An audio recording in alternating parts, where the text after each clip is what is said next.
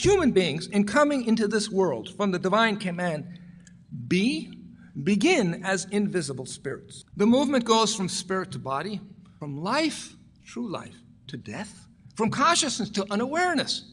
It is commonly called the descending arc of existence. Once we exist as embodied human beings, we begin to ascend in order to go back where we came from.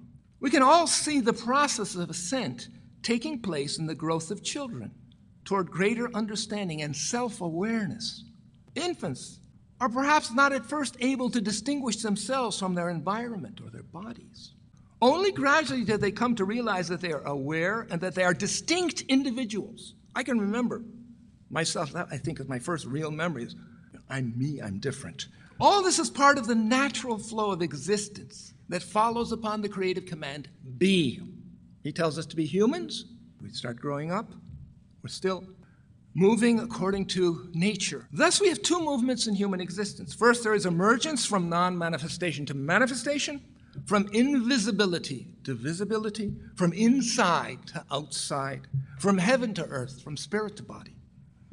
Then there is a reversal of the flow of existence as things start moving from outside to inside, from immersion in the senses and bodily functions toward awareness and understanding, from constraint toward freedom, from forgetfulness and ignorance toward remembrance and awakening.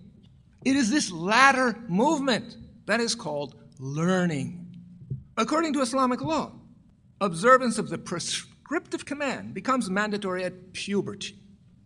This is the time when we are sufficiently self-aware to understand that we have responsibilities toward our Creator, toward other human beings, and toward our own immortal soul, which wants to live in happiness, not just in this world, but also in the next world. The Prophet said, knowledge without practice is a tree without fruit. Knowledge is understanding who we are and what we should be doing about it. Practice is actually doing what we should be doing. And that is based on observing propriety and following the way. In Islamic terms, the Sharia and the Tariqah. We do not reach a point where we can relax and say that we have learned everything that we need to know.